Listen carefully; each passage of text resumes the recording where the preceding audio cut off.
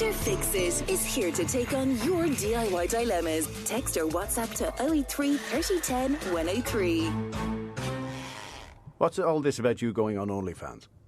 I think there may have been a misunderstanding. A very deliberate one. Not at all. I had no idea. So we had a window display, just the fans, the 9-inch to 12-inch to 16-inch, these oscillating fans for keeping cool. And so we just mentioned that we had a window display with only fans in it, and it seemed to mean something else entirely. I obviously wouldn't have a clue what that's about. I've seen your bank statements, don't lie. All those millions. Can you imagine? Would you let me in your bank? No. No. The video is doing well, though. He did it very deliberately, and he's gotten great marketing out of it. It couldn't have been your idea. It was my idea. Yeah, right. Although it was all done very hastily, I have to say. We had to do it really quickly before the weather... well, I suppose it's be fine now. It's to be really hot until Friday, I think. But look, I think the way the climate is going, I don't think it's going to be much of a. It's going to be a regular occurrence by all accounts. I think you'll sell a lot of fans. Ash is in Kilbeggan. But of course, you have thousands of fans. Yeah, who show up and throw rotten fruit and eggs at me.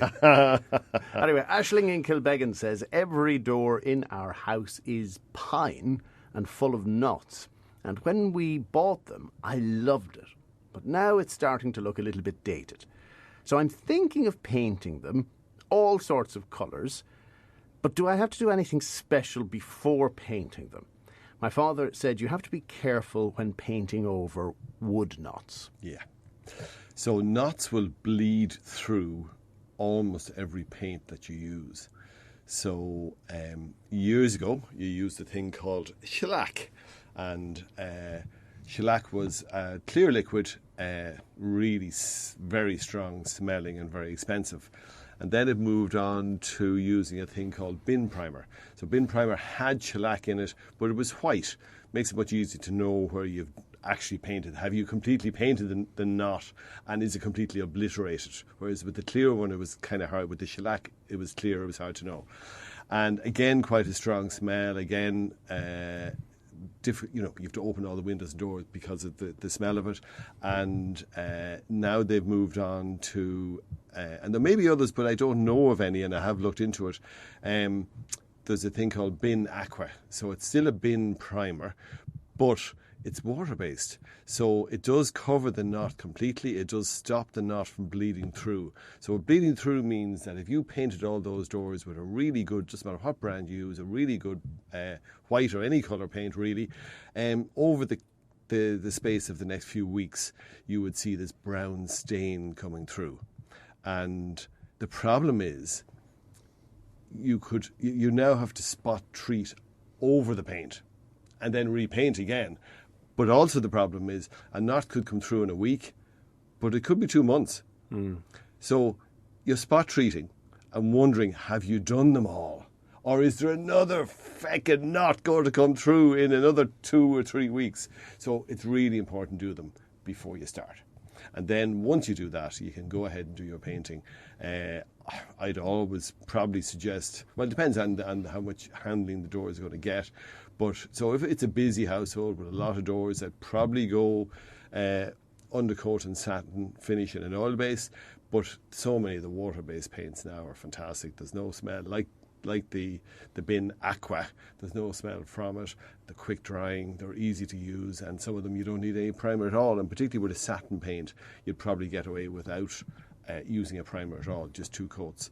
And but if you're going to be using an undercoat or a primer, you can get it tinted to the colour that you're going to be painting it. But it sounds in this case as though Aisling is doing different colours and different doors, so just use the bin primer just for the knots. And this is really important. You don't try and paint the whole door for 2 reasons. 1, it's expensive, but 2, it's quite a brittle paint.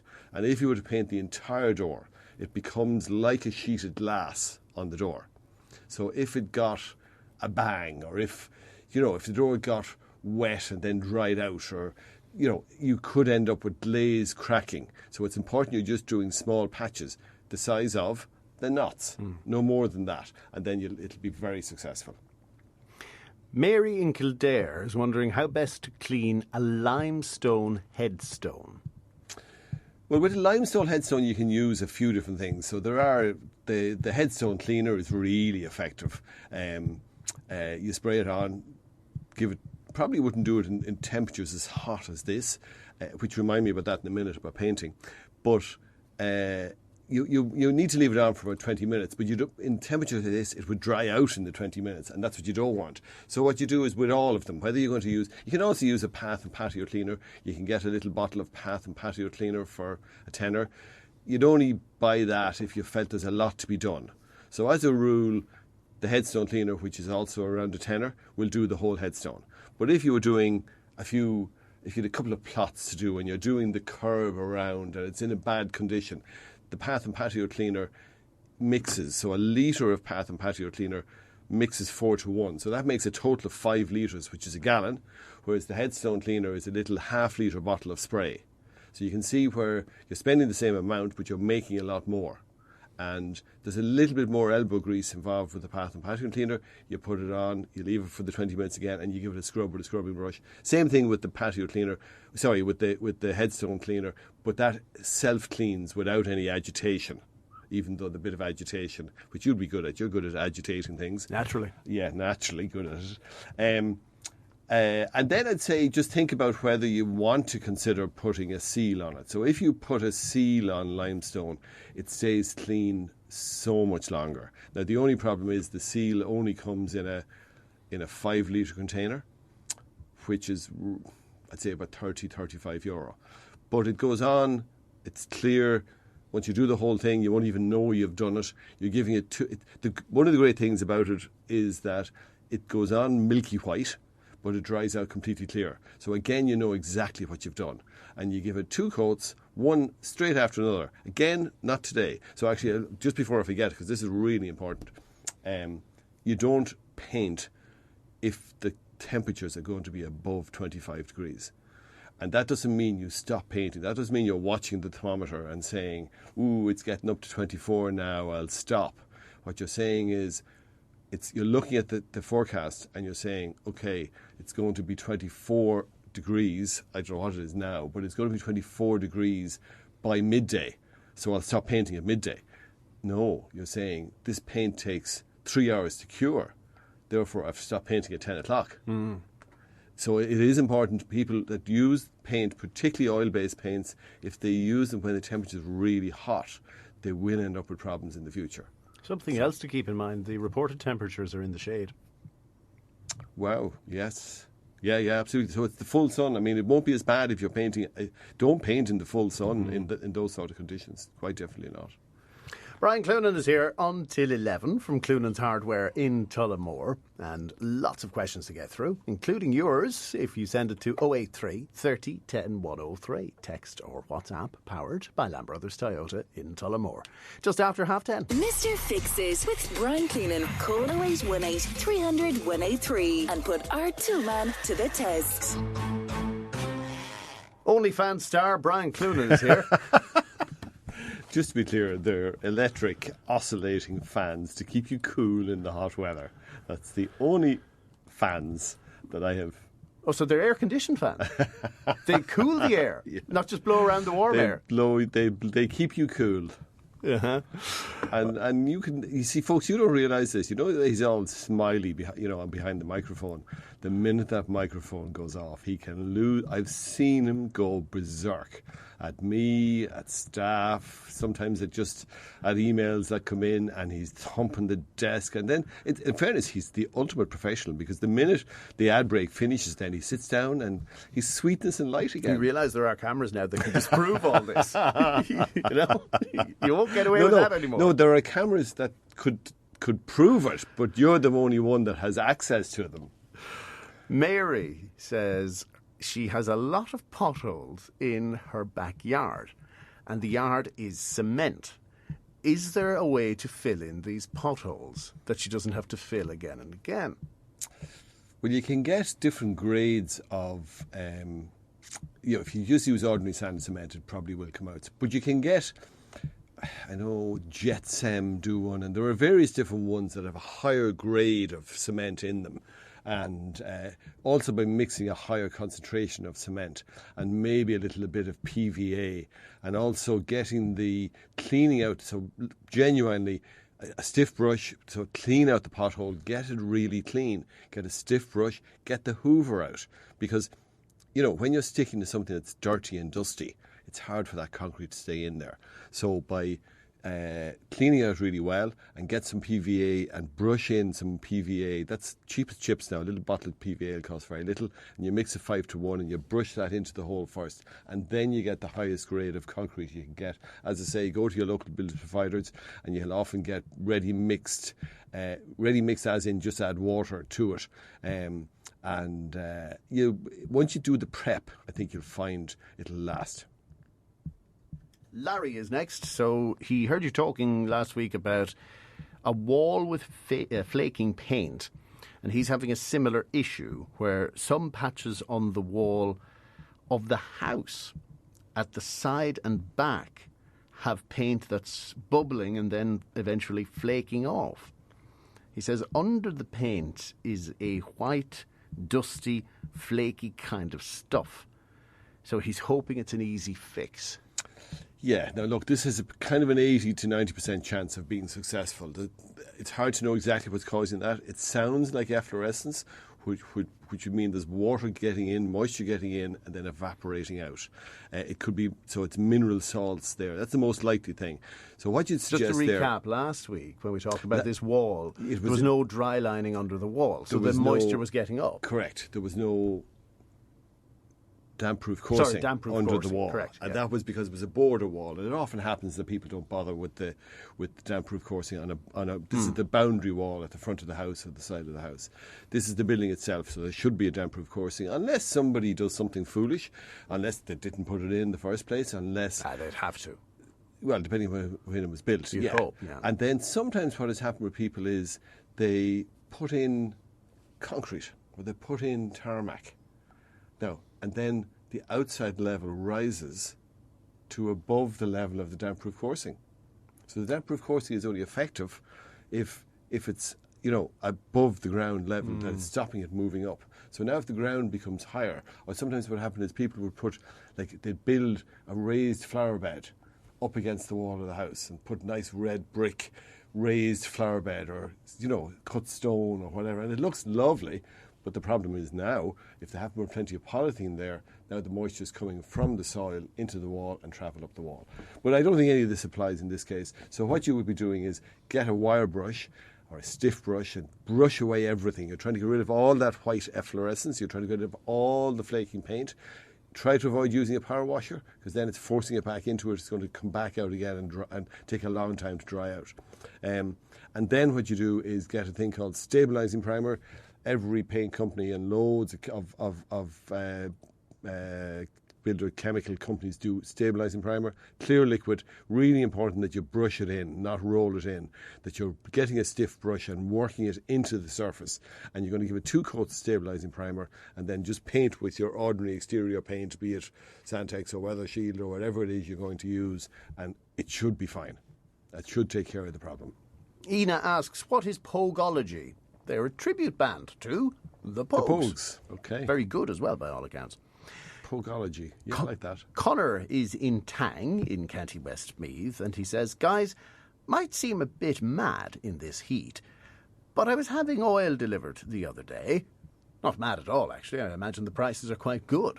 I wouldn't think so yet. Well, certainly more value, I would think, than peak winter, but I could be completely wrong. No, well, because of the Straits of Hormuz, the problem is... Is it still... yeah. Home heating oil still there? Yeah. Okay. Anyway, he says the driver clipped and chipped a bit of the square capping from the wall while reversing out. It's only a small bit, but it really does look shocking. Any help, Brian? I was actually hoping to paint the capping soon, so I need to fix it before the rain returns. Okay, so he doesn't say whether he has the piece, the missing. So he has a square capping on top of the pillar. So there's 2 things here. So number 1, if he has the missing piece, if it's a chunk that came out, well then he can glue it back in using a 2-pack glue. So any of the Araldite or any 2-pack epoxy glue, and you'll need to practice taping it into place. So you want to make sure that when it's in place, that it's sitting correctly, because it will annoy the eye if it's sitting slightly crooked. So you need to practice taping it into place with a strong tape before you put the glue on at all. And again, just like the earlier caller, you need to have it really clean. So you need to get a paintbrush or a stiff brush away all the dust, and put on the 2-pack glue on one surface, which in this case would probably be on the square that's left, and then push the thing into place and tape it into place so it's exactly square and level and exactly as it should be. Now, if it's a case that the piece that was broken off is missing, well then what you'd use car body filler. And car body filler, exactly what it says. It's any 2-pack filler. Sorry, it doesn't have to be car body filler. 2-pack filler. If you go to your paint shop, they'll have 2-pack wood filler and 2-pack wall filler. It's all the same thing, really. And you're going to mix it and apply it, and be very assiduous about getting a nice shape on it before it sets. And then you're going to sand it to any lumpy bits or whatever, sand it to get it nice and smooth, and then you can paint over it in the normal way. But just to say, wall cappings and windowsills, if it's being painted for the first time, it's, as I always say, if you drive around the Midlands, you'll see wall cappings and windowsills all over the place flaking because of lack of preparation. So in this case, the preparation is you get some, well, ideally wash it with methylated spirits, but you need so much of it if you've a lot of wall capping to do. So what you do is wash it with sugar soap or something like that, and then give it another wash with plain water just to wash away the sugar soap. And that's because there will be oil left. Those cappings, wall cappings, windows, they're all made in moulds. Concrete is poured into the mould, and to stop it sticking to it, the mould is sprayed with oil, so there's always a little bit of oil there. And then the other thing you need to do is thin out the first coat of paint really substantially, like 20 or 30%, so that the paint, instead of sitting on the surface, soaks in. Because there's a problem with paint and concrete. Concrete is a very, very, I can't remember, is it high pH or low pH, but paint is the exact reverse. Gotcha. And it's like putting the same ends of a magnet together. They repel. They repel each other. It's a bit like you and I. And not well enough, of course. not well enough, yeah. By thinning out the first coat of paint and making it right down into the concrete, it stops this definitive clear line that the paint says, I don't like this concrete, and it tries to get away and it flakes off. And that works really, really well. But it's a bit of work. But it's either don't paint it, leave your windowsills and get a bit of fine sandpaper, and every year give them a rub down with a bit of fine emery paper, and they'll go almost white. They'll go that concrete, fresh, brand new look, or else do the work and paint them. I had a customer in the shop yesterday, and he has a pair of glasses that he hangs around his neck, and they clip together, very handy, they clip together with two little magnets. So the two lenses, if you like, come apart in half. And but the lens, the magnet had come out, so I glued it. I used actually a little bit of double-sided tape for speed because he wanted it done straight away.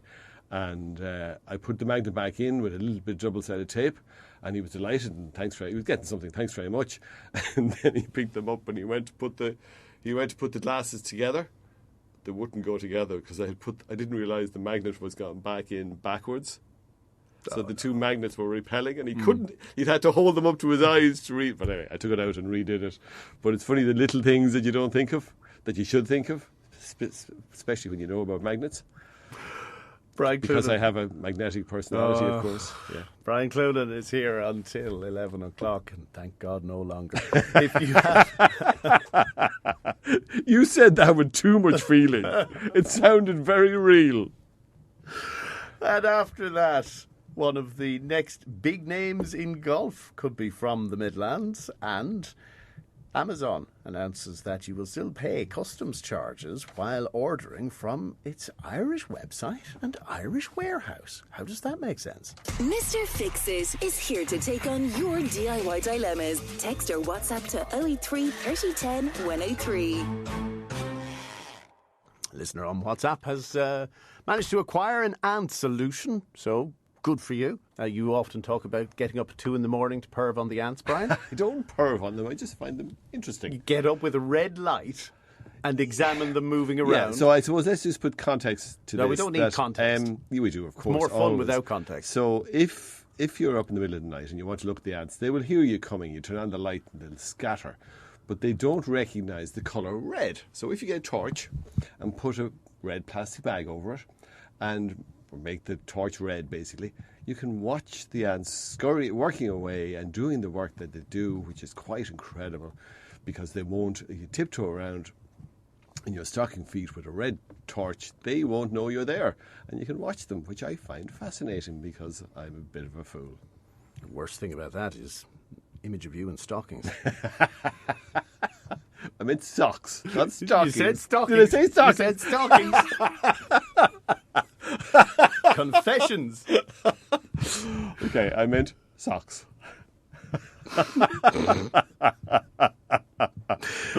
Mac in Mount Mellick says, we've got natural stone paving slabs outside the back of our house, but they're covered in small black dots.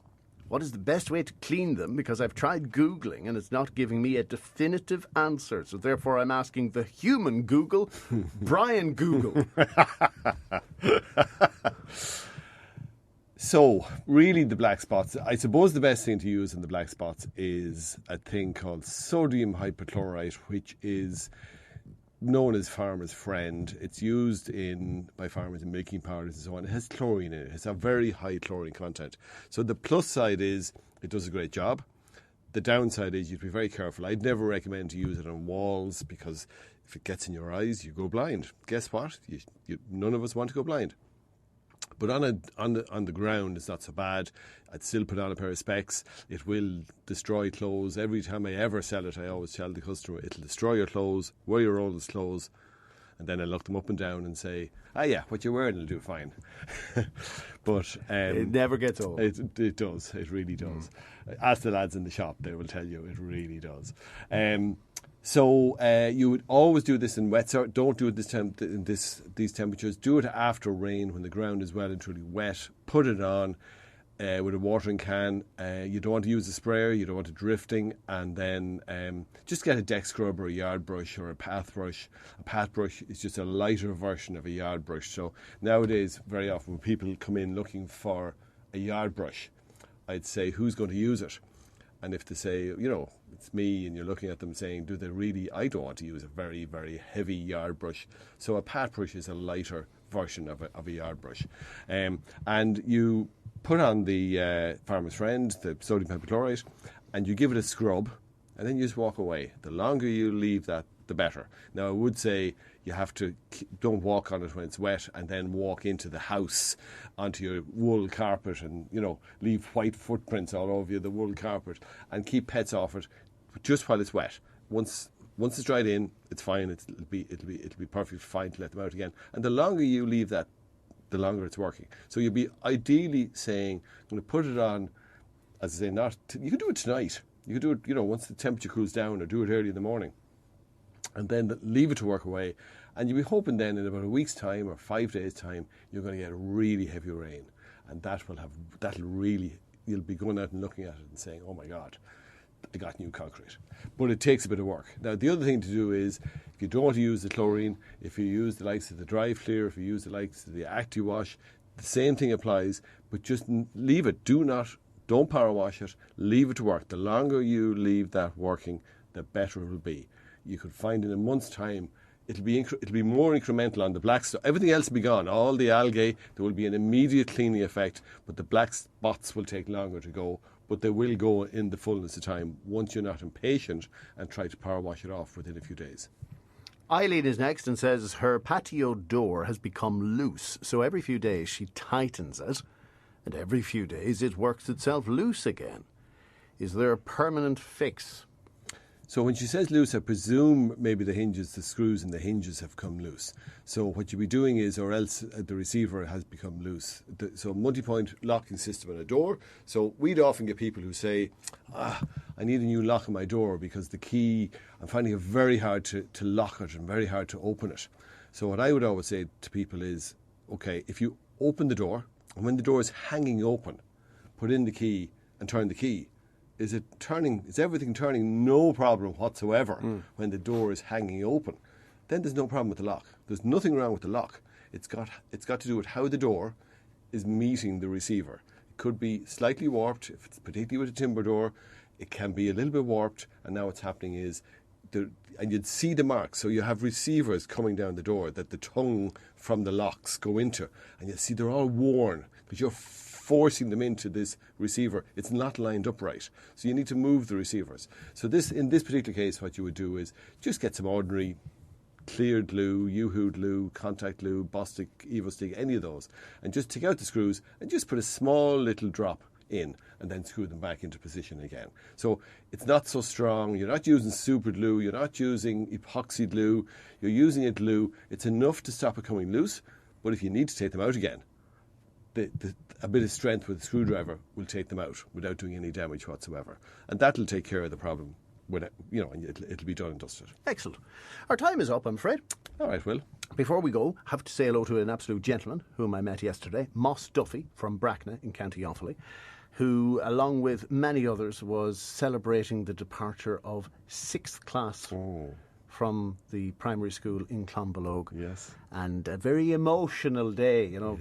Firstborn is already gone off now to the big bad world of secondary school. Yes. So, anyway, thank you to Miss Monaghan, Miss McGarrigle, and indeed all the team in the school for a wonderful, wonderful time. And I'm sure all parents everywhere would echo that for their respective darlings moving on to the next phase of their lives. And the next phase and the next phase. Yeah, all ours are out the gap now and working and earning their own money. Yeah, well, she turns 14 soon. So I should be able to do it from then. Yeah. Brian, thank you. Thanks, Will.